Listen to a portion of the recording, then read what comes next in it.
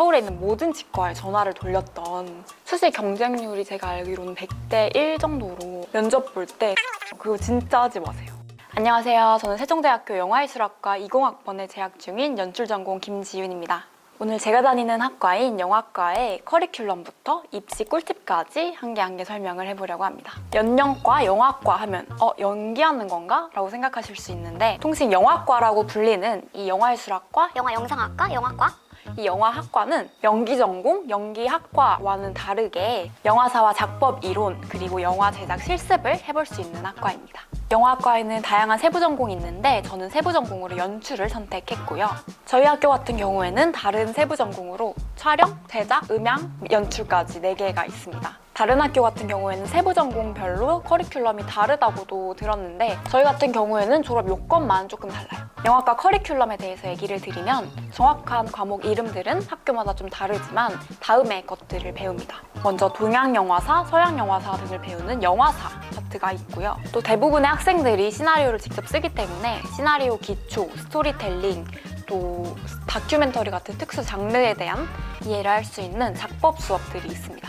편집, 촬영, 조명, 연기 지도 같이 실습 위주의 교과목도 있습니다. 그리고 영화과의 꽃인 영화 제작 워크샵, 졸업작품 과목 등이 있고요. 레포트 작성하는 과목 이외에는 사실 모든 과목들이 직접 찍어서 과제를 내야 되기 때문에 대부분의 과제 수업들이 팀플로 이루어집니다. 80% 이상 정도 팀플인 것 같아요. 그렇다면 영화과를 졸업하고 나서는 어떤 진로를 보통 가지게 되는지, 왜 이 학과에 진학을 하는지에 대해서 얘기를 해볼게요.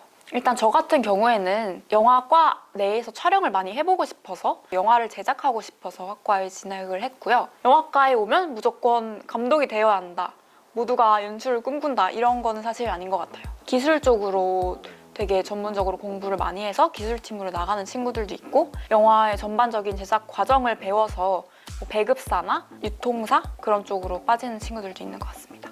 그다음에 영화과 졸업 후의 진로에 대해서 얘기를 해볼게요.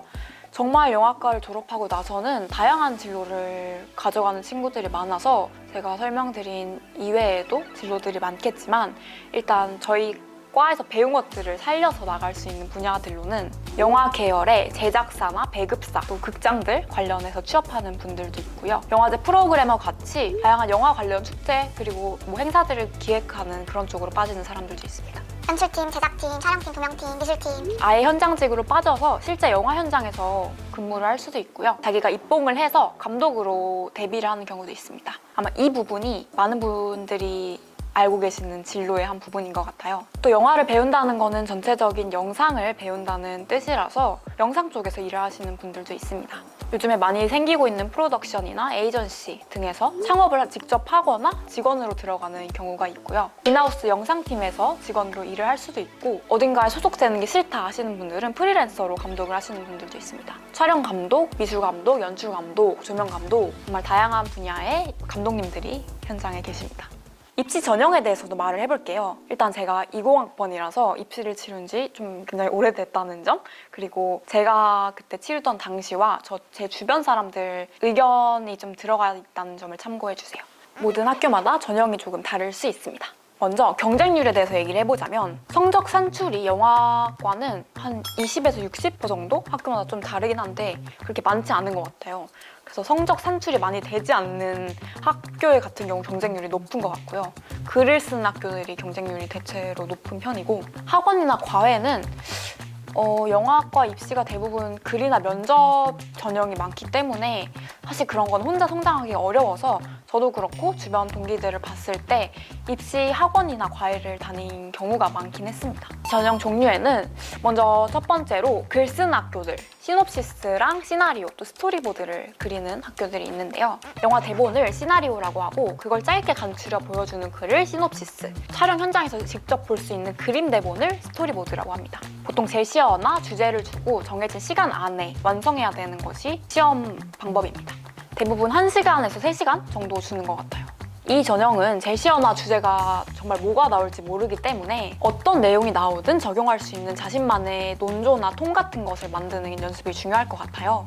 문장 표현력에 치중하는 게 아니라 영화에서 글은 보여주는 글이기 때문에 이미지로 보여줄 수 있는 글을 서술하는 연습을 하는 것이 중요할 것 같습니다.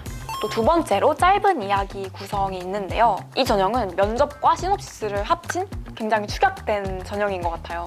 5분, 10분 안에 제시어나 또 짧은 주제, 이야기 같은 거를 보고 기승전결 있는 영화적인 이야기로 구성을 해서 심사위원들에게 들려줘야 됩니다. 근데 어차피 자세한 이야기를 구성할 시간이 없기 때문에 제시된 키워드에서 어떠한 이미지를 뽑아낼 수 있는지를 평소에 연습해 두시는 게 좋아요. 예를 들어서 배, 보트의 이미지를 받게 된다면 항해사로 살아온 영덕 씨의 구구절절한 인생 이야기를 떠올리는 것보다는 폭풍우가 치는 배 위에서 넘어져도 계속 일어나면서 단 한 개의 단어를 외치는 소녀의 이미지를 구사하는 것이 좀 유리하겠죠. 또 논술과 비슷한 이미지 분석, 글 분석 전형이 있는데 이 같은 경우에도 기본적으로 컷과 시나리오를 어떻게 분석하는지 그 단어들을 좀 알아주고 다른 전형들과 더불어서 연습하는 것이 좋겠습니다. 네 번째는 논술입니다. 논술은 영화사에서 중요한 사건이나 동양, 기술, 사회 문제에 대한 글을 읽고 자신의 생각을 서술하는 방법인데요. 다만 논술만 하는 경우가 많이 없기 때문에 다른 전형들과 더불어서 같이 준비하는 게 중요할 것 같아요. 마지막으로는 빠질 수 없는 영화과 입시의 꽃, 면접인데요. 면접은 거의 대부분의 전형에 존재하고 있어요. 글쓰기 비중이 큰 학교는 글쓰기로 뭐 끝장을 본다 이런 얘기도 있지만 면접에서 좋은 점수를 얻지 못하면 글을 잘 써도 탈락할 수 있기 때문에 면접을 준비를 잘 하셔야 됩니다. 지원하는 학교와 학과의 커리큘럼이나 여러 가지 배경들에 대해서 알고 가는 것은 기본이고요. 목소리를 쩌렁쩌렁하게 하는 것, 너무 눈에 띄는 것 이런 거 면접에서 하지 마세요. 사실 중요하지 않아요. 결국 눈에 띄는 것은 자신의 세계를 정말 명료하게 설명할 수 있는 사람이기 때문에 독특해 보이려고 애쓰기보다는 자신의 세계를 정확한 단어로 어떻게 설명할 수 있는지 그 연습을 하시는 게 중요할 것 같습니다. 또 어떤 면접이든 비슷하겠지만 저희 영화학과는 창작하는 학과이기 때문에 내가 어떤 방식으로 세상을 바라보는지 그리고 그것을 상대에게 어떻게 설득시킬 수 있는지 그 주장들이 예술적으로 가치가 있는지를 보는 면접이에요. 여기서 예술적 가치라고 해서 교수님이 좋아하시는 뭐 장르, 사조를 파야겠다 하는 것보다는 자기가 진짜 좋아하는 게 뭔지를 먼저 생각하는 게 중요할 것 같아요.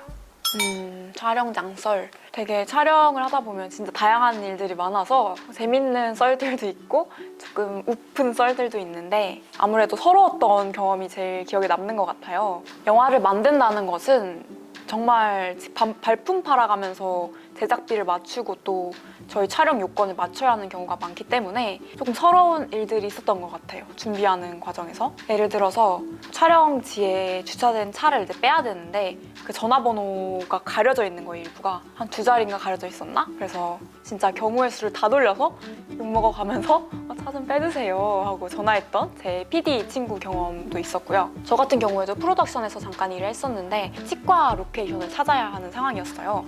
근데 치과를 사실 빌려주는 데가 많이 없기도 하고 치과 스튜디오 자체가 단가가 안 맞았어가지고 서울에 있는 모든 치과에 전화를 돌렸던 경험이 있습니다. 또 촬영장에 있다 보면 정말 상상치 못했던 변수들이 일어나기도 하는데요. 이건 제 동기 촬영장에서 있었던 일인데 길가에서 차도 앞에서 촬영을 했어요. 지나가던 차가 강아지였나 고양이였나 아무튼 동물을 쳐서 교통사고가 크게 난 적이 있었어요. 근데 그때 이제 롤이 돌아가고 촬영 중이었어서 그 동시녹음의 교통사고 소리와 모든 게 잡힌 거죠. 그래서 그때 이후로 그 동시녹음 기사님과 감독님이 한동안 편집을 못했다는 그런 조금 마음이 아팠던 썰이 있습니다. 기억에 남는 아름다운 장면들도 있는데요. 저희가 이제 해가 지는 시간을 매직 아워라고 해요. 한 30분 정도밖에 안 되는 그 예쁜 시간이어서 매직 아워라고 하는데 그 매직 아워를 찍으려면 정말 뭐 1시간 전부터 대기하면서 그 해 지는 순간만 담기 위해서 기다리거든요. 네, 그런 순간에는 뭐 많은 걸 할 수 없으니까 모든 스태프들이 셋 다 해놓고 노을 지는 거 기다리고 앉아서 있는데 되게 하루 종일 열심히 일하다가 그렇게 예쁜 노을 지는 거를 같이 보면 아, 이래서 영화하지 하는 순간들도 분명히 있었던 것 같습니다. 편집된 마스터본에는 빠지겠지만 원본 클립에는 정말 그 순간 스태프들의 모든 희노애락이 담겨 있잖아요. 그런 것들이 되게 슬프고도 아름다운 영화의 미학인 것 같아요. 영화과를 4년 동안 다니면서 뭐 장점이자 단점이라고 느꼈던 것은 학교에서 사실 모든 걸 잘 알려주진 않고 대부분 직접 부딪혀서 알아내야 되는 것이 대다수예요. 그래서 그런 과정에서 뭐 다양한 문서를 처리하는 방법이나 사람들과 의사소통할 수 있는 방법을 배울 수 있었던 것 같습니다.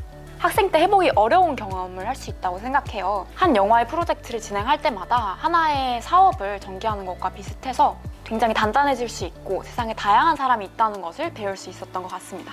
저는 단순히 글 쓰고 영화를 분석하는 게 좋다 하는 분들에게는 사실 영화과를 추천하진 않아요. 영화과는 영화를 만드는 학과이기 때문에 조금 흙탕물이 튀고 배가 고파도 하나의 그림을 만들어내는 것이 너무 아름답다, 미치겠다 하는 분들에게 영화과를 추천합니다. 많이 힘들지만 저는 그래도 다시 가라고 하면 영화과 갈 것 같아요. 근데 제 주변인이 온다고 하면은